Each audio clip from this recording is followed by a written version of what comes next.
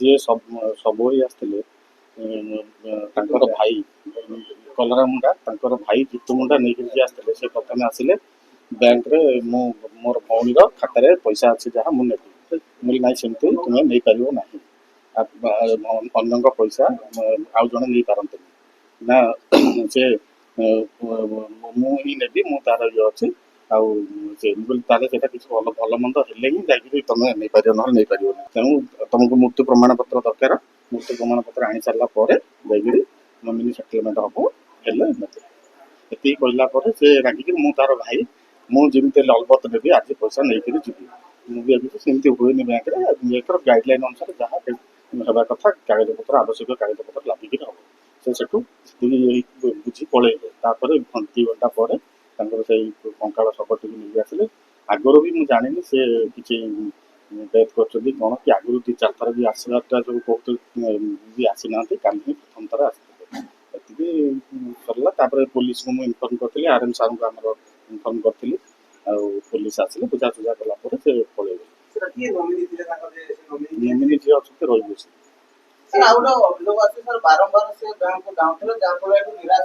ନାଇଁ ସାର୍ ଆସିନାହାନ୍ତି ସେ ବାରମ୍ବାର, କାଲି ନାଇଁ ସାର୍ ବାରମ୍ବାର ସେ ଫେରିନାହାନ୍ତି, କାଲି ପ୍ରଥମ ଥର ଆସିଛନ୍ତି।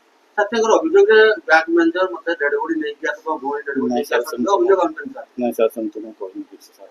କଷ୍ଟମର ବି ଥିଲେ, ଆପଣ ମାନେ ପଚାରି ପାରିବେ ଯେତେବେଳେ ଗ୍ରାହକ ମାନେ ଥିଲେ। ହଁ ନାଇଁ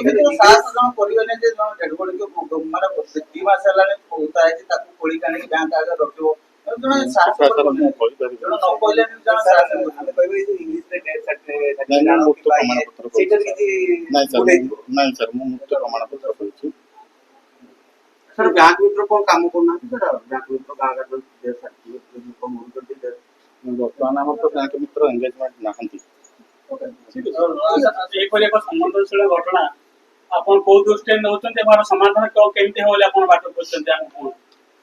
କୋଉ ପ୍ରକାର ସମାଧାନ ହେଲେ ଆମର ବ୍ୟାଙ୍କର ମାନେ ନିଜର କର୍ମ ପ୍ରତି ଆପଣ ତୃପ୍ତି ପାଇବେ? ଆମର ବ୍ୟାଙ୍କର ଯାହା ଗାଇଡଲାଇନ ଅଛି ସେ ଅନୁସାରେ ଆମେ ଯେତେ ଶୀଘ୍ର ପାରିବା ଆମେ ସେଟଲମେଣ୍ଟ କରିବୁ ଏବଂ ତାଙ୍କ ପଇସା ତାଙ୍କୁ ତାଙ୍କ ପରିବାରକୁ ହସ୍ତାନ୍ତର କରିବୁ। ନିଶ୍ଚିତ ଭାବରେ ସାର୍ କାଲି ଯୋଉଟା ଘଟଲା ନିହାତି ଭାବରେ ସମ୍ବେଦନଶୀଳ ଘଟଣା ଘଟିଛି, କିନ୍ତୁ ଆପଣମାନଙ୍କୁ କହିଛୁ କାଲି ଯୋଉଟା ଘଟଣା ହେଲା ପରେ ଆମେ ଆଜି ଆସିଛୁ ଇନକ୍ୱାରି କରିବା ପାଇଁ। ସକାଳୁ ଆସିଥିଲୁ, ବିଭିନ୍ନ ଲୋକଙ୍କୁ ବି ପଚରା କରିଛୁ, ବ୍ରାଞ୍ଚ ମାନଙ୍କ ସାଙ୍ଗରେ କଥା ହେଇଛୁ। ଜିନିଷଟା ହେଇଛି ଯୋଉଟା ସଡନଲି ସେ ଆସିଛନ୍ତି ଗୋଟେ ମାନେ ନିଶାସକ୍ତ ଅବସ୍ଥାରେ ସେ ଆସିଥିଲେ, ଯେ ଜିତୁ ମୁଣ୍ଡା ଯିଏ ଆସିଥିଲେ ସେ ହଠାତ୍ କହିଲେ ମୁଁ ଭଉଣୀଙ୍କ ପଇସା ଉଠେଇ ନେବି ବୋଲି। ତ ସେଇଟା ତ ଆକ୍ଚୁଆଲି ବ୍ୟାଙ୍କର ଯୋଉଟା ନିୟମ ଅଛି, ଅନ୍ୟ ଜଣଙ୍କ ପଇସା ଜଣଙ୍କୁ ଦିଆଯାଏନି। ତ ନର୍ମାଲି ଯୋଉଟା କଥାବାର୍ତ୍ତା ହେଇକି ଆପଣଙ୍କର ଡେଥ୍ କେସ୍ରେ ଯଦି ଆପଣଙ୍କର ମୃତ୍ୟୁ ପ୍ରମାଣ ପତ୍ର ଦରକାର କି ଯାହା ବି ଅଛି ମ୍ୟାନେଜର ତାଙ୍କୁ କହିଛନ୍ତି, ଏବେ ସେ ସେଇଟାକୁ ଠିକ୍ ସେ ବୁଝି ପାରିନାହାନ୍ତି ଆଉ ଏମିତି ଗୋଟେ ଅଭାବନୀୟ କାମ କରିଦେଇଛନ୍ତି। ସେଥିପାଇଁ ଆମେ ସମସ୍ତେ ଦୁଃଖିତ, ତାଙ୍କର ଯୋଉଟା ମାନେ ଯୋଉଟା ହେଇଛି ଯୋଉଟା ଘଟିଛି ଆମେ ସମସ୍ତେ ସେଥିପାଇଁ ଦୁଃଖିତ। କିନ୍ତୁ ବ୍ୟାଙ୍କର ଯୋଉଟା ମିନିମମ୍ ମାନେ ଗାଇଡଲାଇନ ଅଛି ସେଟଲମେଣ୍ଟ ପାଇଁ, ତ ସେଥିପାଇଁ ଆମେ ତାଙ୍କୁ କେବଳ ସେଟା ତାଙ୍କୁ ବୁଝିଆ ହେଇଛି ଯେ ପ୍ରମାଣପତ୍ର ଆଣିଲେ ଆମେ ଯଥାଶୀଘ୍ର ସେଟଲମେଣ୍ଟ କରିବୁ। ମୁଁ ଆପଣମାନଙ୍କୁ ଆଉ ଗୋଟେ ଜିନିଷ କହିବି ଯେ ଓଡ଼ିଶା ଗ୍ରାମୀଣ ବ୍ୟାଙ୍କ ସବୁବେଳେ ସାଧାରଣ ଲୋକଙ୍କ ବ୍ୟାଙ୍କ, ସାଧାରଣ ଲୋକଙ୍କ ସେବାରେ ଆମେ ସବୁବେଳେ ଉତ୍ସର୍ଗିତ। ଲୋକମାନଙ୍କର ଛୋଟ ଛୋଟ କାମ କଲେ ଆମକୁ ନିଜକୁ ବହୁତ ଖୁସି ଲାଗେ। ଆମେ କେବେ କାହାକୁ ଗୋଟେ ଛୋଟ ଗରିବ ଲୋକଙ୍କୁ କେବେ ଏମିତି ହଇରାଣ କରିବାର ଇଣ୍ଟେନସନ କେବେ ବ୍ୟାଙ୍କର ନାହିଁ। ତ ଆପଣମାନଙ୍କ ଥ୍ରୁରେ ଆମେ କହିବୁ, ଯଦି ଆପଣ ଆମେ ଯଥାଶୀଘ୍ର ତାଙ୍କୁ ବି କହିବୁ ତାଙ୍କର ଯୋଉ ଆବଶ୍ୟକ କାଗଜପତ୍ର ଦେଲେ ଆମେ ଯଥାଶୀଘ୍ର ଏଟାକୁ ସେଟଲମେଣ୍ଟ କରି ଯେ ରେଜିଷ୍ଟର ନୋମିନି ତାଙ୍କୁ ଆମେ ପଇସା ହ୍ୟାଣ୍ଡ ଓଭର କରିବୁ। ନାଇଁ ସେଇଟା ସାର୍ ଭିତ୍ତିହୀନ। ସେ ସେମିତି କିଛି ବାରମ୍ବାର ଆସିନାହାନ୍ତି କି ସେ ମାନେ ଆଗରୁ ବି କିଛି ଇନଫର୍ମେସନ ଦେଇନାହାନ୍ତି ସେମିତି। କାଲି ଯୋଉଟା ହେଇଛି ହଠାତ୍ 11ଟା 11:30 ହଠାତ୍ ସେ ଆସିକି ମାନେ ନିଶାସକ୍ତ ଅବସ୍ଥାରେ ଯୋଉଟା ଗାଳି ଗୁଲଜ କରି ପାଟିତୁଣ୍ଡ କରି ଏମିତି କିଛି ଇଏ କରିଥିଲେ।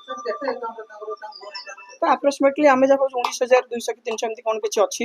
ଯାହା ବି ଅଛି ସାର୍ ବ୍ୟାଙ୍କର ପଇସା ସବୁବେଳେ ସୁରକ୍ଷିତ ଅଛି, ଆଉ ବ୍ୟାଙ୍କ ସବୁବେଳେ ଚାହିଁବ ଯେ ଠିକ ଲୋକ ପାଖକୁ ପଇସାଟା କେମିତି ପହଞ୍ଚିବ, ସେଟା ଆମେ